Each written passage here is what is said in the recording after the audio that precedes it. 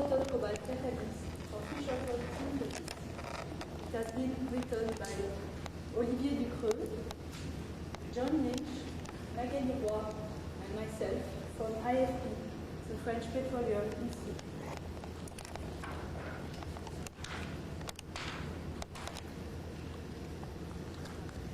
Interest in Fischer-Tropsch synthesis for liquid hydrocarbon production is increasing in the context of clean fuel production. Cobalt catalysts are known to be good candidates for liquid hydrocarbon for Fischer-Tropsch synthesis, in particular for the production of long-chain paraffinic hydrocarbons. So our study concerns an alumina-supported cobalt catalyst. The activity of catalyst activity is usually attributed to the active seeds located on the surface of metallic cobalt particles formed after reduction. So the activation or reduction step is very important and must be optimized for each catalyst with respect to the nature of cobalt species, the effect of promoters, for example, ruthenium effect, the effect of promoters on the temperature, the reduction temperature of cobalt. In our case, we don't have any promoters. Finally, we must take into account the interaction which can occur between the active phase and the support. For example, in our case, there is a strong affinity between the alumina support and the cobalt 2+ ions, and this can lead to aluminate formation, to cobalt aluminate formation. So, in our study, we experimented 2 reduction temperature levels for the activation step of our alumina-supported cobalt catalyst.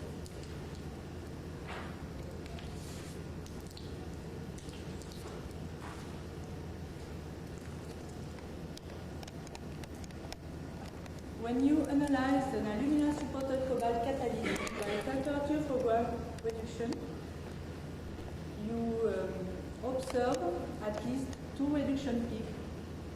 A lower temperature one between 200 and 400 degrees C, and a higher temperature one between around 400 800 degrees C. The lower temperature peak is usually attributed to bulk cobalt oxide, whereas the second higher reduction peak may be due to cobalt oxide in interaction with the alumina supports. Because of this reduction profile, we wanted to see whether there was an interest or not to reduce part of the cobalt species corresponding to this higher reduction temperature peak. So we prepared 2 activated catalysts. One reduced at 350 degrees C, the other one reduced at 500 degrees C. Then we followed the impact of the reduction temperature level, both on the cobalt metallic state and on the catalyst activity.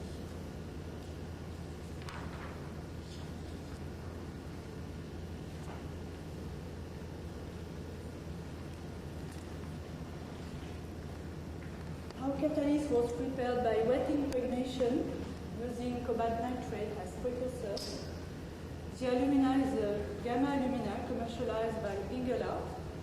Its specific surface area is 180 square meter per gram. Its pore volume 0.5 cubic centimeter per gram. After trying, the catalyst is calcined in air at 400 degrees C until complete nitrate decomposition occurs. The total amount of cobalt represents 13 weight percent. Our catalyst was characterized by temperature program reduction. We also performed oxygen chemisorption on the reduced catalyst. Finally, in situ X-ray diffraction analysis were carried out before and after reduction at different temperatures. In fact, we use a special X-ray diffraction apparatus. It is equipped with a reaction chamber where a gas flow passes through the catalyst samples. Gas flow can be hydrogen, syngas. Then the X-ray diffraction patterns are recorded after 2 hours and 30 at the chosen temperature.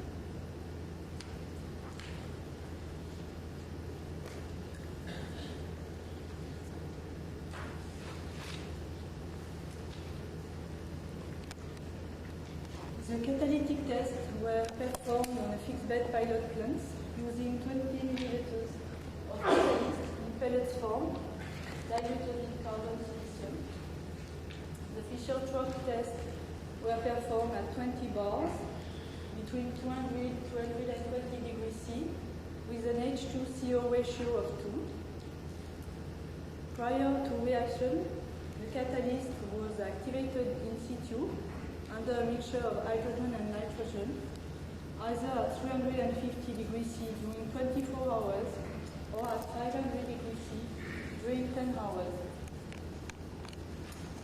The CO conversion rate was calculated using the GPC, gas phase chromatography analysis performed on the gas effluents, performed inline, the gas effluents. The other liquid products were analyzed also by chromatography in order to determine selectivities. Finally, the chain growth probability coefficient was calculated using the C10, C40 data set.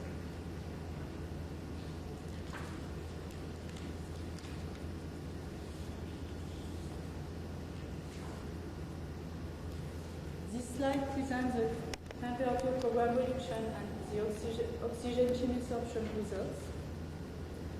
The TPR curves were recorded before and after reduction at 400, 450, and 500 degrees C. For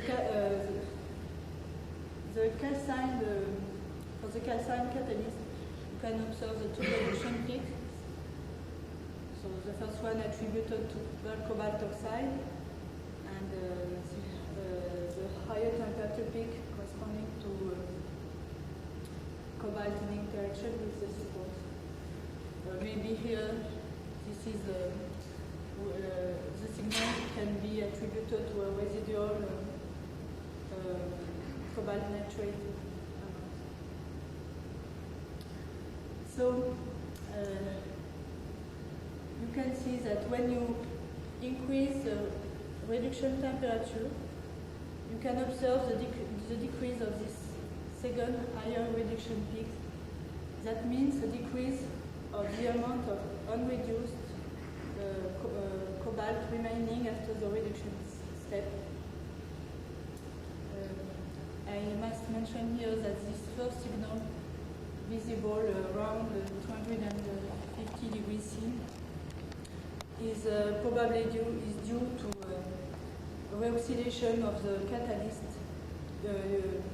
due to a slight air leak during the transfer between the reduction and the TPR measurements.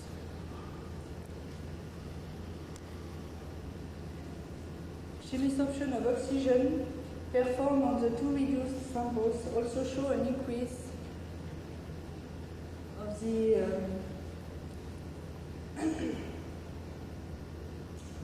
accessible reduced cobalt by a factor of 4 from 350 to 500 degrees. Thus, these two techniques show an increase of the amount of reduced and accessible cobalt when you increase the reduction temperature.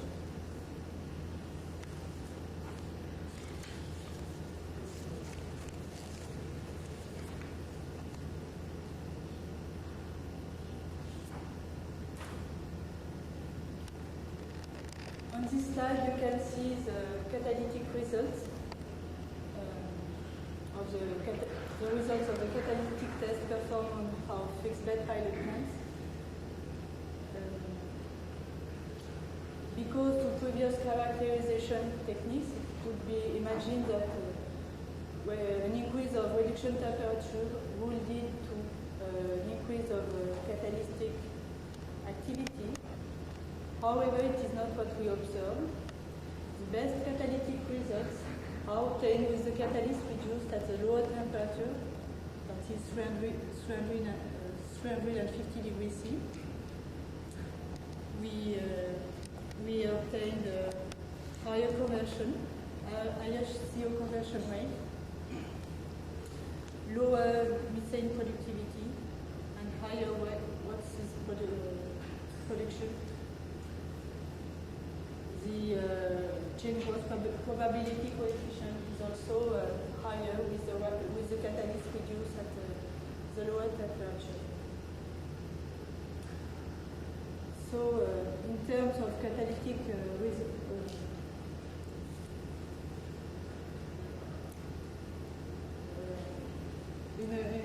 for the catalytic point of view, the increase of the reduction temperature leads to a decrease of catalytic performance, both in terms of CO conversion and in terms of selectivity.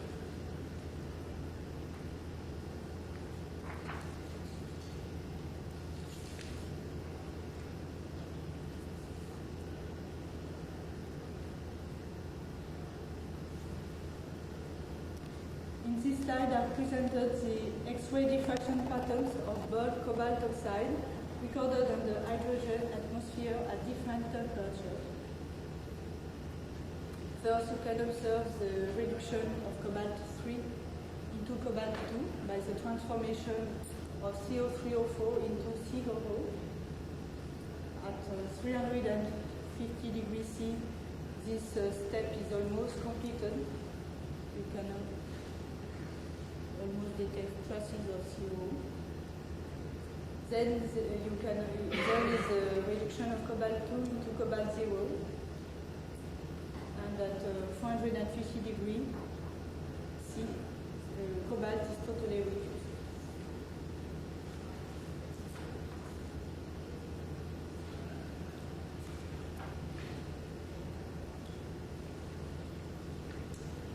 Here is a more detailed figure of the X-ray diffraction patterns of bulk cobalt oxide recorded on the hydrogen atmosphere at 450 degrees C and 550 degrees C.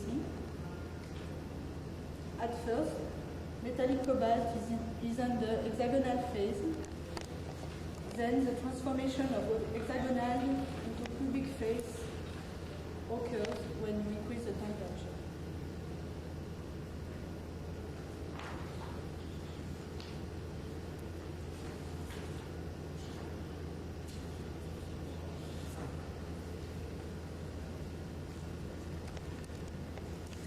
Here is the study of how alumina supported cobalt catalyst by X-ray diffraction. First, you can notice that supported cobalt is more difficult to reduce than bulk cobalt oxide. You can see that at 500 degrees C, CO traces are still detected. At 400 degrees C, you can mainly observe the CO patterns. It is nearly impossible to detect any crystalline metallic cobalt phase. However, considering catalytic results, cobalt metallic species may exist, perhaps as an amorphous surface species or as a disorganized system. We think that this species may be the most active,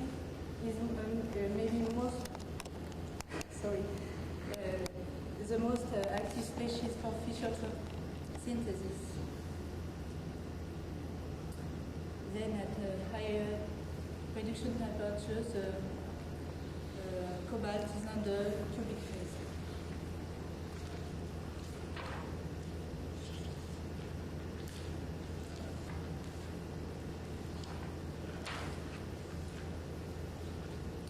So in conclusion, we can say that the characterization techniques show that the higher the reduction temperature, the more well crystallized cubic phase is created, and the higher is the overall reduction degree. However, the high reduction temperature has a negative impact on catalyst activity. It appears that the nature and not only the amount of the reduced species seems to govern the activity and the selectivity of the catalyst.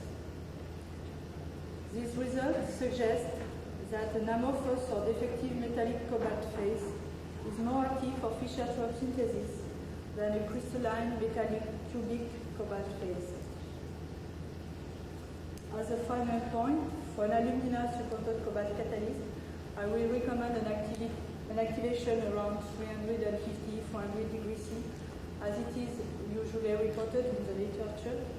But in addition to previous results, our contribution permits to explain the catalytic activity, in particular through the use of in situ characterization techniques. I thank you for your attention.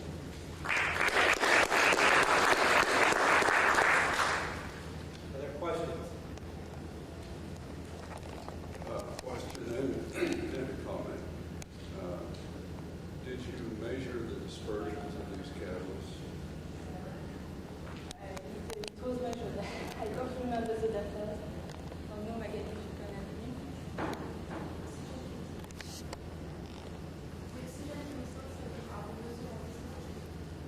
Yes, that's the results of the size. You mean the size of the cobalt particles of the catalyst? Well, in other words, the concentration of active or surface sites. Oh, it is yes, it is the oxygen absorption results. It is very low. It would be good to report turnover frequencies for these different catalysts to see if there is actually a difference in the specific activity, the turnover frequency, as a function of the reduction temperature, and as a function of the different kinds of crystallite faces that you observe from X-ray diffraction. I think that's generally true, that we've heard a lot today about activity, but it would be good if we're going to be comparing activity data to do it on the basis of a turnover frequency.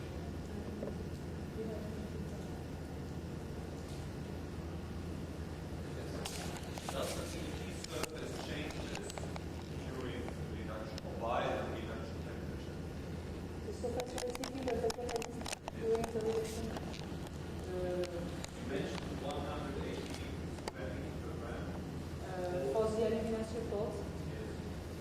Have you measured it, for example, if you reduce at 500 degrees Celsius? You think we didn't measure. We do. I think we had the data for the catalyst sample, but for the, that's